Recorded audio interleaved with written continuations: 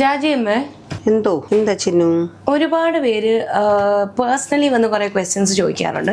അപ്പൊ അതിലൊരു main question ആണ്, എന്താണ് മോയ്സ്ചറൈസറും പ്രൈമറും തമ്മിലുള്ള ഡിഫറൻസ് മേക്കപ്പില്? നമ്മൾ എപ്പോഴും മോയ്സ്ചറൈസർ ഇടുന്നതെന്ന് പറഞ്ഞാൽ നമ്മൾ സ്കിന്ന് വെറ്റാക്കി വെക്കുക എന്നുള്ളതാണ്.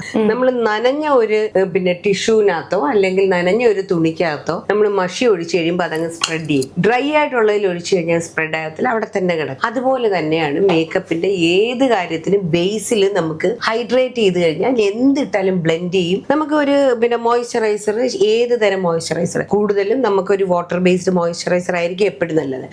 ഞാൻ ക്ലീൻ ഒക്കെ ചെയ്ത് വെച്ചിരുന്നതാണ്. ഏതൊരു മോയ്സ്ചറൈസർ ഇട്ടാലും നമ്മൾ 1 മിനിറ്റോ 2 മിനിറ്റോ 3 മിനിറ്റോ അത് ഉണങ്ങാൻ സമയം കൊടുക്കണം.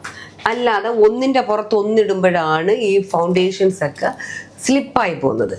ഓക്കെ, ഇത് ശരിക്കും ഇതൊരു മോയ്സ്ചറൈസർ ആണ്. ഇതിന് മുമ്പ് എംബ്രിയോളിസിസ് ഒക്കെ നമ്മൾ ആദ്യം കൊണ്ടുവരുമ്പോഴെന്ന് പറഞ്ഞാൽ ഇത് സിലിക്കോൺ ബേസ്ഡ് ആയിരുന്നു. ഭയങ്കര ഗ്ലോയി എഫക്റ്റ് കിട്ടുമായിരുന്നു. അതായത് നമുക്കൊരു എല്ലാവരും പറയുന്ന ഗ്ലാസ് സ്കിൻ ഫിനിഷിങ് പോലെ വരുമായിരുന്നു. പക്ഷേ ഇന്ത്യയിലൊക്കെ കുറേ നിയമങ്ങൾ വന്നിട്ട് എല്ലാം വീഗൺ ആയപ്പോഴത്തേക്ക് ഇതെല്ലാം നോർമലി ഒരു അലോവേറയുടെ ഒക്കെ കോമ്പിനേഷൻ ആയിട്ട് ശരിക്കും പെട്ടെന്ന് അങ്ങ് ഡ്രൈ. ആദ്യം എനിക്കും അങ്ങ് അതിശയായിരുന്നു, എന്താ ഡ്രൈ ആയിപ്പോയി. പക്ഷെ പിന്നെ കണ്ടുപിടിച്ചത് അതുപോലെ ഇത് വേണ്ടവർക്ക് മാത്രം. നമുക്ക് ഇത്ര കൂടിയത് ഇട്ടാലേ മേക്കപ്പ് നിൽക്കത്തുള്ളൂന്നില്ല. എല്ലാം ഉപയോഗിക്കുന്ന നമ്മുടെ രീതികളാണ്. ഇതിൻ്റെ പ്രൈമറാണ്, ഭയങ്കര സ്മൂത്ത് ആയിട്ട് എഫക്റ്റ് കിട്ടും. ആവശ്യമുള്ളത് നമ്മൾ അതിൻ്റെ കുറച്ച് ഞാനിങ്ങനെ 2-3 തരത്തിൽ നമുക്ക് ഉപയോഗിക്കാം. ബ്രഷ് ഉപയോഗിക്കാം. പക്ഷെ നിങ്ങളെ കാണിക്കാൻ വേണ്ടി ഞാൻ ഇത് കണ്ട പോസിലോട്ടാണ് നമ്മൾ പെനിട്രേറ്റ് ചെയ്യേണ്ടത്. അതൊരു ബ്രഷ് വെച്ച് എത്ര ഇത് ചെയ്താലും നമുക്ക് ആ ഒരു ഫിനിഷിങ് കിട്ടത്തില്ല.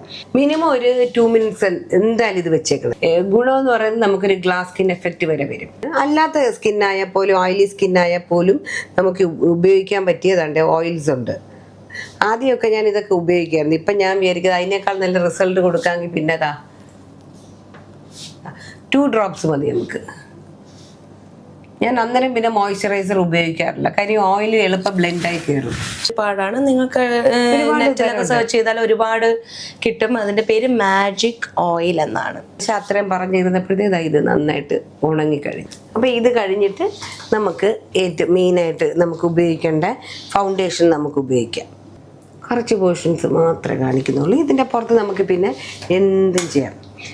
ഇതിൻ്റെ ഇടയ്ക്ക് കറക്റ്ററുണ്ട്, കൺസീലറുണ്ട്. അതെല്ലാം ഈ പറഞ്ഞ കണക്ക് സമയം കൊടുത്തങ്ങ് ചെയ്താൽ മതി.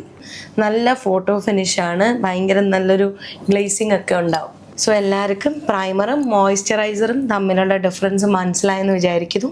എന്തെങ്കിലും സംശയങ്ങളുണ്ടെങ്കിൽ നിങ്ങൾ കമന്റ് ബോക്സിൽ തന്നെ ഇടുക. നമ്മൾ എന്തായാലും എല്ലാം എഴുതി വെച്ചിട്ട് നിങ്ങൾക്ക് റിപ്ലൈ തരും, അല്ലേ അമ്മേ? ഉറപ്പായിട്ടും. Thank you.